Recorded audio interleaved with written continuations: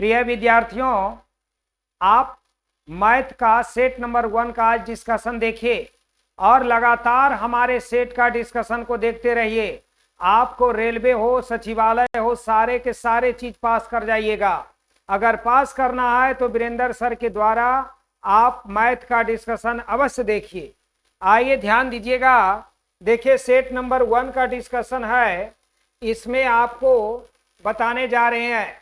देखिए A B और सी मिलकर प्रतिदिन 300 रुपया कमाते हैं। यहाँ पर ए बी और सी मिलकर के 300 रुपया कमाते हैं। ए और सी मिलकर के 188 रुपया कमाते हैं। तो यहां से अगर हम बी का निकालेंगे तो 300 में से 188 रुपया को घटाना पड़ेगा, तो यहाँ हो गया 112 रुपया। 112 रुपया हमारा किसका होगा? बी का होगा। बी का हो जाएगा 112। हमको पूछता है सी का वैल्यू कितना होगा। तो सी का वैल्यू निकालने के लिए आपको बीसी में से आपको किसको घटाना होगा? बी का। तो बीसी का हुआ हमारा इतना 152 रुपया। अब 152 में से 112 रुपया को घटा दीजिएगा तो कितना हो जाएगा? 40 रुपया। आपका आंसर हो जाएगा 40 रुपया। आंसर होगा ऑप्शन नंबर 1। आगे का ध्यान दीजिएगा। 800 रुपया का 3 वर्ष का मिश्रधन 920 रुपया होता है। यहां पर ध्यान देना है कि ये 800 रुपया है और ये 920 रुपया होता है। टाइम है 3 साल। रेट बढ़ा अगर हमारा 3% तो यस आई बढ़ेगा हमारा 9%। तो 800 का 9% यानी 72 रुपया और इसमें ऐड हो जाएगा, तो ये हमारा हो जाएगा 992 रुपया आंसर। 992 रुपया हमारा आंसर हो जाएगा। आगे का ध्यान दीजिएगा। कहता है कि प्रमोद ने कुछ धन 8% साधारण ब्याज की दर से उधार लिया और धन आशीष को दे दिया 12%। देखिए 8% पर ए लेता है, ए जो है 8% पर लेता है और बी के यहाँ 12% पर लगा देता है। बीच का ये फायदा 4% का कमाता है, लेकिन ये 4% 12 साल में कमाएगा तो कितना परसेंट कमाएगा? 48% कमाएगा। कुल लाभ 320 रुपया है, यानी 48% का वैल्यू 320 है। तो बैंक से लिया गया धन 100% का वैल्यू 320 बटे 48 गुना 100। यहाँ पर देखिए 16 दूनी 32, 16 तिया 48। तो यहाँ पर ध्यान दीजिएगा 200 बटा 3 यहाँ पर हो जाएगा आपका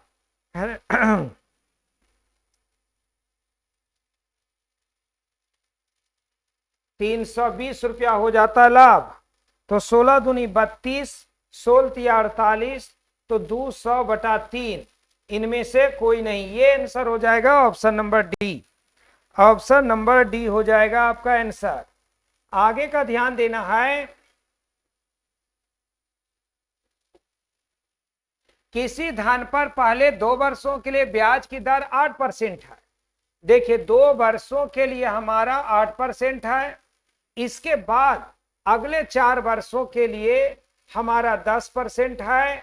अगले 6 वर्षों के लिए हमारा 12% है।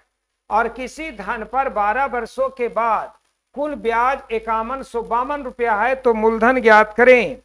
आइए ध्यान दीजिएगा। ये हो गया 16%, ये हो गया 40% और ये हो गया 72%। तो 72 40 को जोड़िएगा तो आपका कितना हो जाएगा? 128%। इसका वैल्यू होता है 5152 रुपया। तो पूछता है कि बताइए मूलधन कितना होगा। तो 100% का वैल्यू निकालने के लिए 5152 बटा 128 गुना करिएगा 100। ये कटेगा आपका, है ना? आपका आंसर हो जाएगा 4025 रुपया। काट करके देख लीजिएगा। जो आंसर हमारा है बी। आगे का ध्यान दीजिएगा। 62,000 रुपया को दो भागों में बांटा जाता है। एक भाग 62,000 का लिखिएगा, एक भाग हमारा यक्स होगा, दूसरा हमारा 62,000 माइनस यक्स होगा। इसको लगाता है 16.48 और इसको लगाता है 15% पर, और 3 साल के लिए, ये भी है 3 साल के लिए, और दोनों को मिलाकर के हमारा इनकम हो जाता 29,700। इसको कैलकुलेट कीजिएगा, यक्स का वैल्यू आ जाएगा 36,000। तो अगर पहला हमारा हो जाएगा 36,000 तो दूसरा भाग हमारा हो जाएगा 26,000। तो यहाँ पर ध्यान देना है, ये 26 और 36 62 हो जाता है। यहाँ पर ध्यान दीजिएगा, 18 दूनी 36, 13 दूनी 26, ये हमारा आंसर होगा ऑप्शन नंबर बी। कैलकुलेट थोड़ा सा आप भी कीजिएगा। अगला ध्यान से देखिएगा, कहता है 3, 5, 6, 7 में से कौन सी संख्या घटाई जाए ताकि प्राप्त संख्या चारों राशियां समानुपाती हो जाए। कहने का मतलब हुआ 3/5 और 6/7 में क्या घटा दें कि दोनों तरफ समानुपाती बराबर हो जाए। तो बाई ऑप्शन देखिए, इसमें हम 9 घटा देते हैं। आप ध्यान देते रहिए, 9 में से 3 में से 9 जाएगा -6, और यहां पर होगा -4। इसको काटिएगा तो -3 बटा -2 हो जाएगा। यहां करिएगा -3 बटा -2 हो जाएगा। ये और ये आपका दोनों क्या हो गया, बराबर हो गया। ऐसा सवाल बाई ऑप्शन बनाते हैं, बाई ऑप्शन। ये ऑप्शन नंबर हमारा कौन हो जाएगा, ऑप्शन नंबर हो जाएगा डी। आगे का ध्यान दीजिएगा, कहता है किसी बाग में एक पुरुष, उसकी पत्नी तथा उसका पुत्र, यानी ये मेल हैं, उनकी पत्नी है और उनके पुत्र हैं। ये काम करते हैं 2 दिन में, ये काम करते हैं 3.5 दिन में, और ये काम करते हैं 4 दिन में। कहता है कि पुरुष और पत्नी की दैनिक मजदूरी 7:4 के रेशियो में है। इनका 7 के रेशियो में है, इनका 4 के रेशियो में है। उसके बाद में पुरुष और पुत्र का 7 और 3, तो इसका तो 7 है, इसका रेशियो 3 हो जाएगा। कहता है यदि कुल मजदूरी 600 रुपया है तो पुत्र की दैनिक मजदूरी क्या होगा, ये आपको बताना है। आइए ध्यान से देखिएगा, यहां से इसको काट दीजिएगा। तो यहां का रेशियो देखिए, ये 7 और 2 का रेशियो 7 गुने 2 करिएगा 14 होगा, ये भी 14 होगा, और ये 12 हो जाएगा। अब आपको यहां पर ध्यान देना है, 14, 14 और 12 है। तो अगर 14, 14 और 12 है तो यहां पर ध्यान देना, इसको 2 से काट देंगे, 7:6 होगा। अब आपको ध्यान देना है कि 7:7 अगर 6 होता है तो ये टोटल जोड़ने पर 20 होता है, और 20 का वैल्यू हमारा है कितना, तो 600 रुपया। तो एक का वैल्यू हमारा 30 रुपया होगा।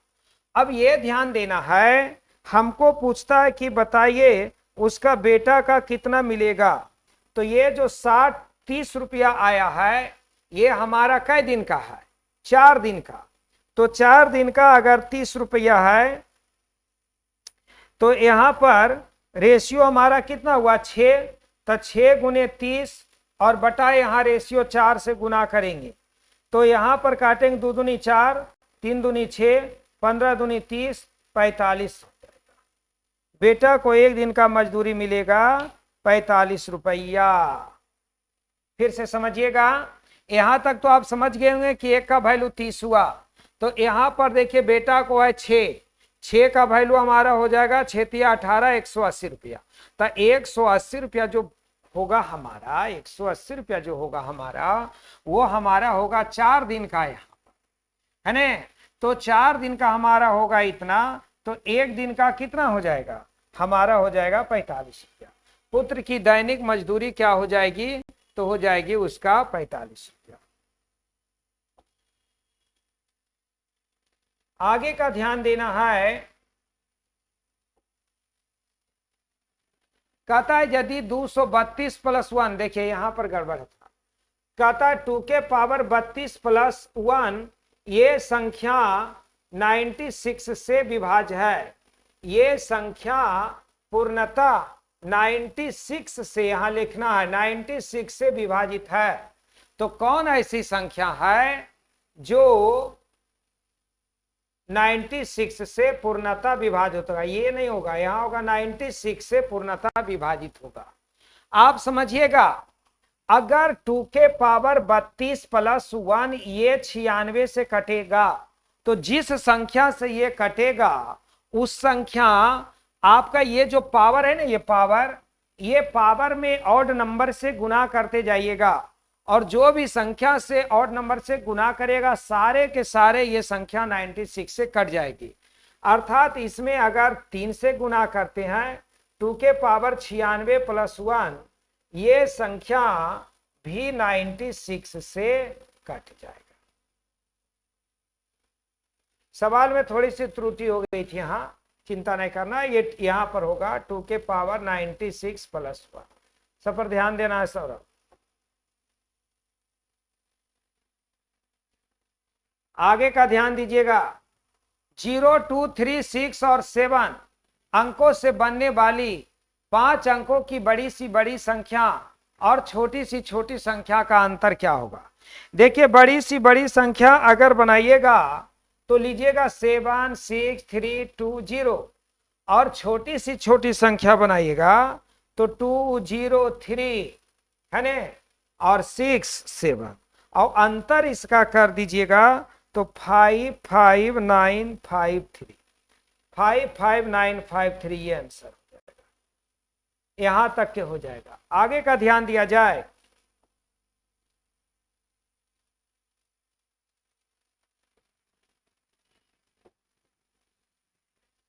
किसी विषम संख्या का वर्ग क्या होता है, विषम संख्या का वर्ग विषम ही होता है, विषम संख्या का वर्ग सदैव विषम संख्या होती है, इसलिए ऑप्शन नंबर डी होगा। आगे का ध्यान से देखिएगा, अगला जो सवाल है कि 5 के 3, 4, 6, 7 ये संख्या 11 से कटनी चाहिए। तो 11 से कटने का नियम होता है कि अल्टरनेट अंकों के योग का अंतर 0 या 11 हो, तब वह संख्या 11 से कटती है। अल्टरनेट का मतलब यहां से यहां, यहां से यहां, यानी 5 + 3 + 7, और उसके बाद में यहां से, सॉरी ये नहीं, यहां के बाद ये 5, 3, 6, और माइनस करना है K4, 7, तो K4, 7। अब देखिए इसका योग 14, और 14 में से 7, 4, 11 और 3, 14, इसको घटा देंगे तो 0 हुआ। इसीलिए अगर दोनों संख्या को घटाने के बाद 0 हुआ तो K का मान हमारा क्या हो जाएगा, 3 हो जाएगा। ये संख्या 11 से अवश्य कटेगी। आगे का ध्यान देना है, कहता है 1, 3, 5 और 25 को परस्पर गुना किया जाए तो गुणनफल में दाईं ओर अंत से शून्य की संख्या क्या होगा। आप देखिए ये हमारा सब विषम संख्या है, और विषम संख्या को गुना करने पर कभी भी 0 नहीं आता है, क्योंकि सम संख्या जब तक उसमें नहीं आएगा तो 0 नहीं होगा, इसीलिए आंसर 0 हो जाएगा। आगे का ध्यान देना है, कहता है यदि 2 अंकों की संख्या और उसके अंकों को पलटकर बनाई जाने वाली संख्या का योग 121 है तो उसका मूल संख्या क्या होगा, का योग क्या होगा, मूल संख्या का योग क्या होगा। देखिए इसको बना देते हैं कि अगर योग पूछ रहा है तो योग बटा 11 करिएगा, आपका आंसर होगा। ये डायरेक्ट ट्रिक है, आपका आंसर 11 होगा। अगर अंतर पूछे तो अंतर बटा 9 करना है, लेकिन इसी को अगर आप डिटेल बनाइएगा तो आपको मान लीजिए कि संख्या 10x प्लस y मान लेते हैं, पलटने पर ये 10y प्लस x होगा और दोनों का योग 121 है। तो 10x plus y plus 10y plus x बराबर 121, 11x प्लस 11y बराबर 121, 11 कॉमन लेंगे, x प्लस y बराबर 121, तो x प्लस y बराबर 121 बटा 11। अब देखिए कट के 11 आ गया। आपको इतना करना पड़ेगा, नहीं तो ये तुरंत करिएगा, आपका आंसर आ जाएगा। आगे का ध्यान दीजिएगा, आप ध्यान से देखिए 14 नंबर सवाल। कहता है रूट के अंदर में 3 के पावर n बराबर 243 है। जैसे ही रूट हटाएंगे तो 3 के पावर बटा में 2 लगेगा, 3 के पावर 3 होता, 3 के पावर 5 होता है 243, बराबर में बेस से बेस काट देंगे, n/2 बराबर 12, 5, इसीलिए n बराबर 10 हो जाएगा। हमारा आंसर हो जाएगा 10। आगे का ध्यान से सुनिएगा,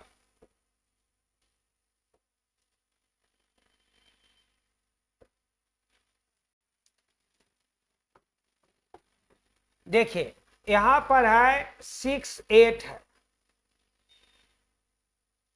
अब इसको भागा देना है x से, भागफल आना चाहिए 11, तक किससे भागा देंगे?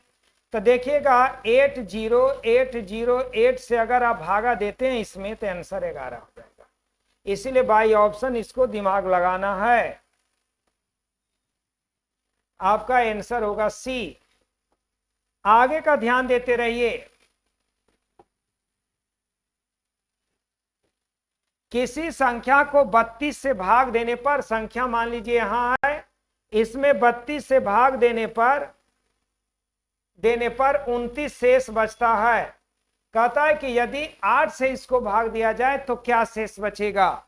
आपको इसमें ही 8 से भागा दे देंगे तो 8 दिया होगा 24, शेष हमारा क्या बचेगा? इस तरह के प्रश्न में जो शेष बचता है पहली बार, उसी शेष में जितना से भाग देने के लिए कहेगा लिख देंगे, आपका आंसर हो जाएगा। आपका ध्यान देना है, ऊपर ध्यान से सुनिएगा। कहता है एक आदमी अथवा 2 महिला अथवा एक लड़का, एक आदमी रहे या 2 लेडीज रहे या 3 बॉय रहे, ये मिलकर किसी काम को 44 दिन में करते हैं, तो एक आदमी, एक महिला और एक लड़का इसको कितना दिन में करेगा? आइए ध्यान दीजिएगा, एक आदमी के बराबर में 3 बॉय, यहाँ होगा 3 बॉय, 2 औरत के बराबर में 3, तो एक औरत के बराबर में 1.5 बॉय। अब देखिए 3 बॉय को 44 दिन लगता है, तो यहाँ 3 और 1.5 4.5 और 1 5 5.5 को कितना दिन? यहाँ पर दशमलव, 11 5 55, 11 चौक 44, 5 दूनी 10, 8 या 24 दिन लगेगा। आपका आंसर हमारा ये हो गया। आगे का ध्यान से सुनना है,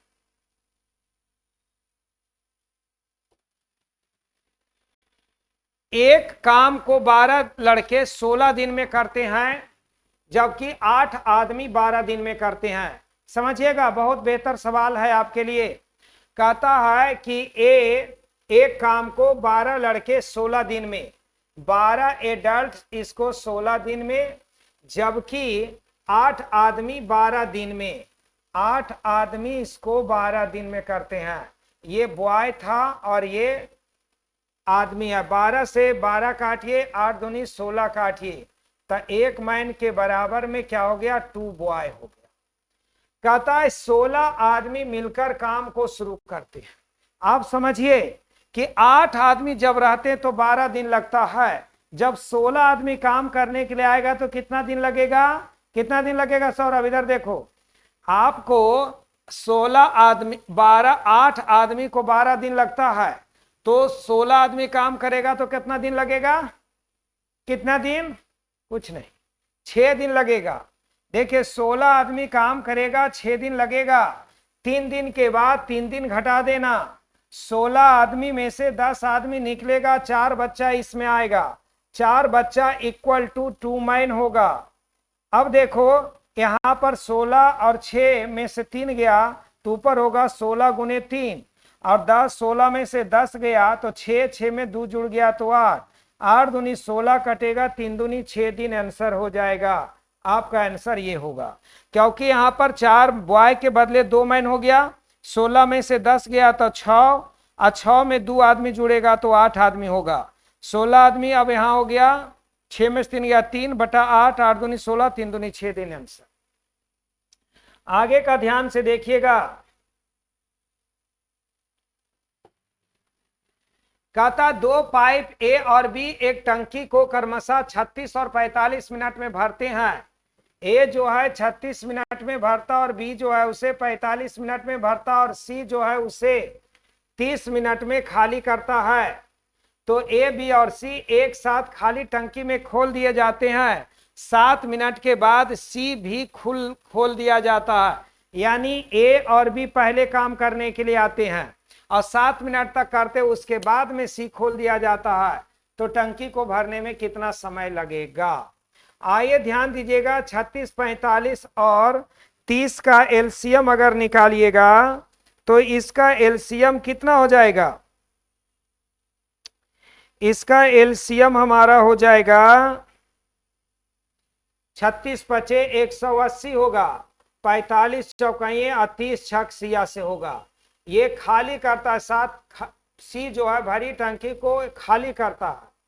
अब ध्यान देना है, 5, 4, 9 है ने, कहता ए और बी को एक साथ टंकी में खोल दिए जाते 7 मिनट के लिए। इसको 7 मिनट काम करवाएंगे, 5, 4, 9, 7, 63 काम होगा। इसमें 63 घटा देंगे, 10 में 3 गया तो 7, 7 में 6 गया 117 काम बचा हुआ है। अब 117 काम को करने के लिए ये सारे के सारे आएंगे, तीनों आएंगे, सी भी खुल जाएंगे। तो 9 लीटर भरेगा, 6 लीटर घसकेगा। ये 5, 4, 9 भरेगा और 6 लीटर ही घसका देगा तो 3 लीटर में बचेगा। 3 से यहाँ भागा दीजिएगा तो कई बार में कटेगा? 39 बार में ये कट जाएगा। नोतिया सतह हमारे अंदाज से 39 बार में कट जाएगा। पूछता है भरने में कितना समय लगा, तो 39 यहाँ लगा और 7 यहाँ लगा, 40 × 46 मिनट आंसर हो जाएगा। 46 मिनट आंसर हो जाएगा। आप इसको ध्यान से देखिए। यहां तक समझने में कोई दिक्कत? अब आगे का ध्यान से सुनिएगा।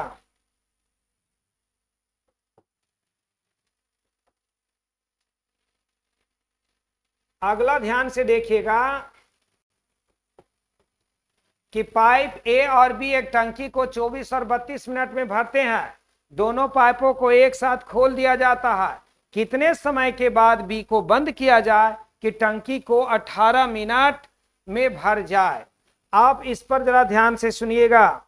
सबसे पहले क्या करना है कि यहां पर ए जो है 24 मिनट में भरता है और बी जो है 32 मिनट में भरता है। 24 और 32 का एलसीएम निकालो। 24 चौक 96, 32 दिया 96, 96 एलसीएम हो जाएगा। ये दोनों भर रहे हैं। यदि दोनों पाइपों को एक साथ खोल दिया जाए तो कितने समय के बाद बी को बंद, देखो बी को बंद करना है। अगर बी को बंद करना है तो ये तो बंद नहीं होगा। ये तब तक काम करेगा जब तक के टंकी भरता नहीं है। टंकी भरता 18 मिनट में, तो 18 मिनट तक के ये काम करेगा। 18 मिनट तक के ये काम करेगा। 18 चौक 72, ये 72 लीटर भर देगा। तो यहाँ 6 में से 2 जाएगा 4, यहाँ बच गया आपका 9 में से 7 जाएगा 2, 24 ये बचेगा और 3 से बी आएगा करने के लिए। तो ये बी 8 दिन करेगा, यानी 8 दिन करने के बाद ए को बंद कर दिया, बी को बंद कर दिया जाता है। ये हो जाएगा 8 मिनट। आगे का ध्यान से सुनिएगा। एक आदमी 15 किलोमीटर प्रति घंटा की चाल से दौड़कर एक पुल को 5 मिनट में पार करता। पुल की लंबाई डिस्टेंस बराबर होता है वेलोसिटी गुने टाइम। 15 किलोमीटर प्रति घंटा को मीटर प्रति सेकंड में बनाइए, 5 मिनट को सेकंड में बनाइए। अब इसको काटिएगा, छो दाएं के 60, छो तिया 18, 3 से काटिएगा 5 बार, 5 × 5 = 25, 25 से तो 1250 मीटर हो जाएगा। यही तो आंसर होना चाहिए, डी नंबर आंसर हो जाएगा बाबू। आगे का ध्यान से सुनिएगा, यहां पर ध्यान देना है। कहता है एक समकोण त्रिभुज है और ये समकोण त्रिभुज का एरिया हमें 30 दे दिया। एरिया हाफ इंटू आधार गुने ऊंचाई होता है। और कहता है छोटी भुजा की लंबाई क्या होगा जब ये 13। ध्यान देना, जब कर्ण 13 होता है तो ये दोनों भुजा उससे छोटा होता है। एक ट्रिपलेट बनता है इसमें 13, 12 और 4 का 5 का, 13, 12 और 5 का, क्योंकि 12 के स्क्वायर प्लस 5 के स्क्वायर का रूट करिएगा तो ये हो जाएगा 169, 13 169। अब यहाँ पर हम देख लेते हैं 5 गुने 12 करके, तो देखिए यहाँ पर 30 आया एरिया कि नहीं आया, इसलिए हमारा छोटी भुजा कितना हो जाएगा 5। ये हमारा आंसर हो जाएगा। आगे का ध्यान से सुनिएगा, आप समझिएगा 23 नंबर में एक समद्विबाहु त्रिभुज है। समद्विबाहु त्रिभुज का मतलब होता है दोनों का परिमाप बराबर है। अब कहता है ये भुजा 5 और 4 के रेशियो में, तो 5 ये है 5 ये होगा, उसका परिमाप हमारा 28 होना चाहिए। तो त्रिभुज का क्षेत्रफल कितना होगा? तो यहाँ पर भैया ये 5 5 10 4 14 जोड़ के होता है, लेकिन 28 बनाने के लिए 2 से चारों तरफ तीनों तरफ गुना करना। ये होगा 8, ये होगा 10, ये होगा 10। इसका एरिया निकालना है, तो इसका एरिया निकालने के लिए क्या करिएगा, है ना, यस मॉडल पर चले जाइएगा। यस बराबर 28/2 बराबर 14। एरिया बराबर होता है रूट अंदर S minus A S minus B और एस माइनस सी। यहाँ पर लिखेंगे 14 और 14 में से ए का मान 10 गया, तो यहाँ गुना कर देना 4। उसके बाद में 10 जाएगा तो 4 और 8 जाएगा तो 6। इसको गुना करके देख लेना, आपका आंसर आ जाएगा, है ना, 8√21, क्योंकि पूर्णता नहीं निकलेगा। आगे का ध्यान से सुनिएगा, कहता है कि संगमरमर का एक आयताकार 28 सेंटीमीटर चौड़ा और 5 सेंटीमीटर मोटा टुकड़े का भार 112 किलोग्राम है। 112 किलोग्राम है।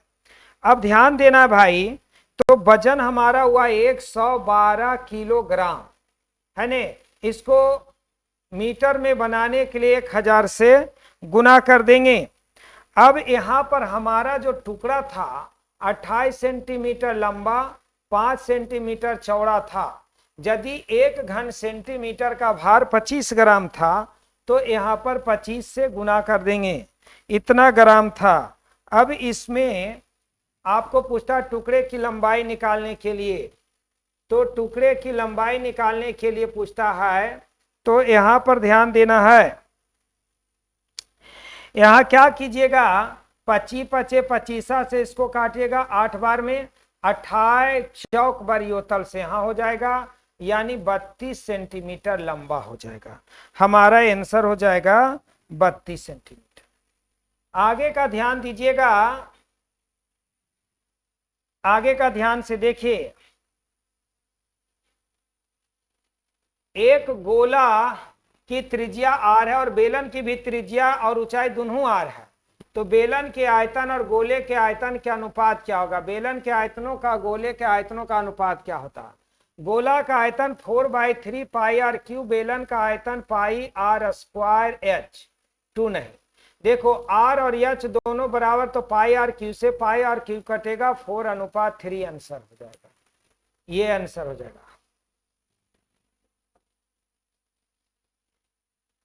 एक एक सवाल का वीडियो को बढ़िया से देखिए प्रिय विद्यार्थियों, आप जरूर पास कर जाइएगा।